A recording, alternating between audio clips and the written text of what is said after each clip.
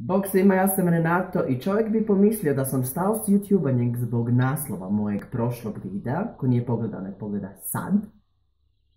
Ali ne, to nije istina, bio sam malo zauzet, bio sam malo van države, malo mi se nije dalo. Jedan od razloga zašto nosim ovu kapu na sebi je taj što sam bio na jednom projektu u Češkoj. Na tom projektu pričali smo o medijskoj pismenosti i društvenom pritisku i tijekom cijelih tjedan dana igrali smo se Secret Frienda, tajni prijatelj hrvatski.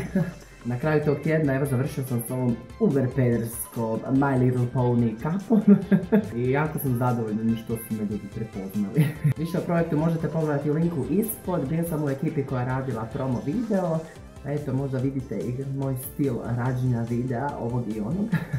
Zadnji dan projekta, šarali smo si po majicama. Evo, ja imam ovdje tu majicu, još uvijek nisam pročitao što su mi pisali, zamolio sam ih da pišu samo po leđima, da ne mogu vidjeti kad se pogledamo u ogledalo. Tako da sad ću okrenuti ovu majicu, okrenuta je na opačke, jer sam tako skinuo sa sebi prije mjesec dana je sad prošlo od tad, a sad ću pročitati šta ste mi sve vi, moji prijatelji, novi, stari, napisali na ovu majicu. Ajme, evo za početak jedno srčako, sve ostalo je na leđima. Od jednog divnog Ukrajinca dobio sam komentar super chilled Croat, ili ti super chillani Hrvat. Jedan tipičan komentar koji me prati tijekom cijelog života. Best gay ever in my life, ili ti moj najdrži peder u životu. You are delightful, evo divan sam. I love your style, you behave. Continue be you, volim tvoj stil, ponašaš se i nastavi biti ti. Evo čisto da malo pogledate tu majčicu šmalo, šta se napisano na njoj. Make YouTube great again. Imali smo neku šalu s fucking Trumpom i onda nam je sve bilo great again. Gledaj Matthew, drago mi što sam te upoznao, ola. A čak ima jedan na hrvatskom i to znam od koga je otprilike. Volim te, čujemo se, pa da, hvala ti prijateljice. My friend je jedan od komentara, hashtag Eurovizija. Evo imamo malo lošeg engleskog, you are personality amazing. Mislim da treba pitati your personality is amazing, ali nema veze. You're doing a great work.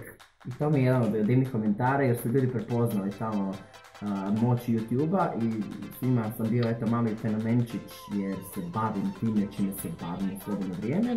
Evo jedan komentar na španjolskom. Evo ne znam prevesti ovo, vi mi prevedite u komentaru kogod priča španjolski. Los maricas croatas tienen suerte de tenerte como referencia, no cambies. Love you since you rocked the entrance in the dining room on the 8th. We must meet on the LGBT project, love you a lot. Valjda sam poprilično osebujan kad ulazim u prostore u kojima se nalaze ljudi koji me ne poznaju. Jer, eto, jako sam so friendly, srdačan i opušten. Znaš kao, dolazim među nove ljude i ne želim biti onak upočen.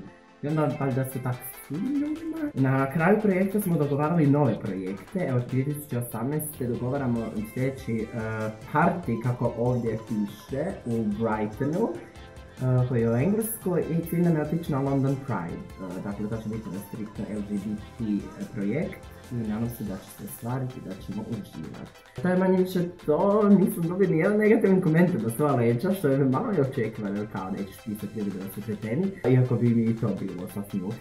Ako imate ambicije sudjelovati u projektima koje financira Europska unija, Erasmus Plus organizira te projekte. Ništa, idem prošetati svog malog ponija. Vidimo se u sljedećem videu. Ćao, pa sa bok!